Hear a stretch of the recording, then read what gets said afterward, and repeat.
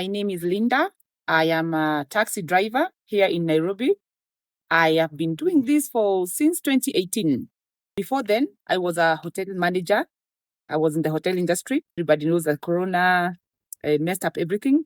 The hotel industry actually started tanking in 2019. That is when I was at home suffering with a lot of bills, house rent, and all that.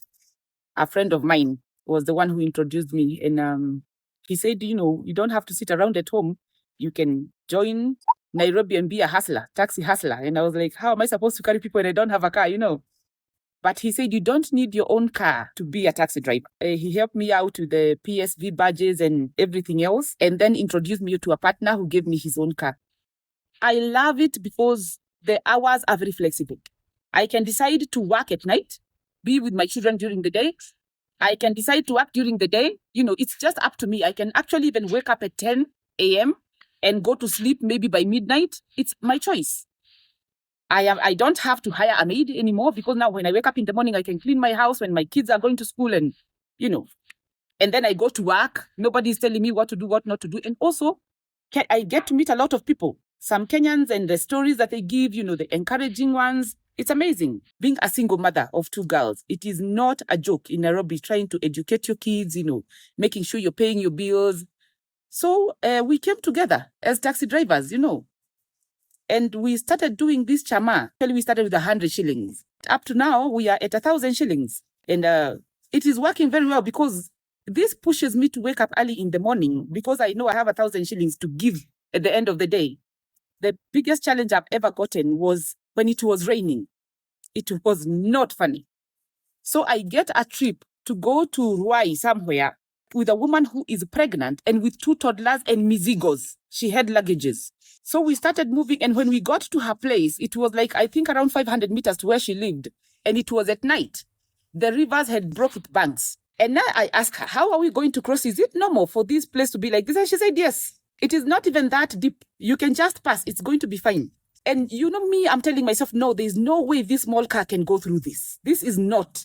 But now I'm looking at her with the children and pregnancy and then the darkness and then the luggages, and I don't know what to do. So I decided to take a leap of faith. When we got in the middle of that water, the water started carrying the car and going sideways. So I panicked and I released the hold I had on it. The water entered and we got stuck. But fortunately, when we started screaming, because the car was actually now going, the motorbike people, thank you very much. They came and they got us out of there. It's at night. Now I have to call my friends to come and tow me, get me out of there, go to the nearest garage and leave the car there. We tried fixing it. Nobody knew what the problem was. I had now to go look for an emergency logbook loan. Now I'm in debt. Also, my dream now is to get a bigger car. I want to go long distance trips. I don't want to be limited in Nairobi all the time. Kariakoo pale, Kibera pale, with all the traffic.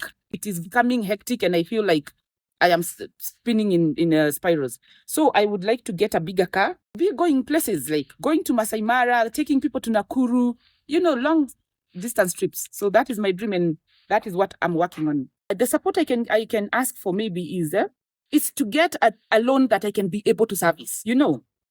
Facility loan. Somebody who can just take this car, give me a new car, and then give me a loan that I can be able to service, not straining a lot. And also something else, we need quick cash. Somewhere we can get money to help us repair the car immediately, go back to work, and then continue with your lives. Yeah. Like I said, we have a chama that we generate money every day. So this money we generate every day, we give to a person. If that person decides I'm going to pay rent, I'm going to pay school fees, I am going to see my grandmother with this money that day, that person is not growing. The kind of support maybe we will be looking for is somebody to come and tell us, how can we grow out of these contributions? Then everybody can have their own car. Everybody can have their own dreams. Your story matters.